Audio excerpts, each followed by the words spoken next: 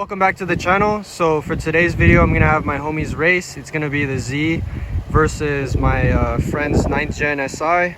So the 9th gen SI is a full bolt-on and dyno tuned, so it should be making about 200 wheel, and then the 350Z is just with the plenum spacer and the short ram intake, so basically stock power.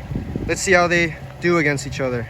Unfortunately, we can only run 140 roll because he's had a long day and he's gonna go straight home after, so we're just gonna see how he can do in one run.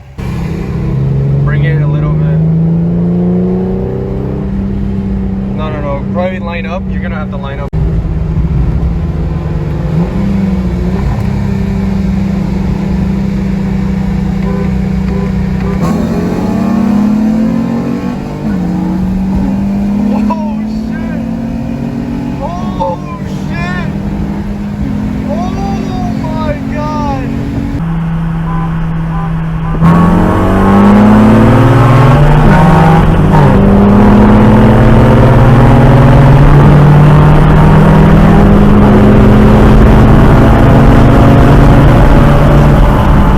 So from that 140 roll, it looks like the Z definitely, it was winning that one. It pulled out by maybe a third of a car from second to third.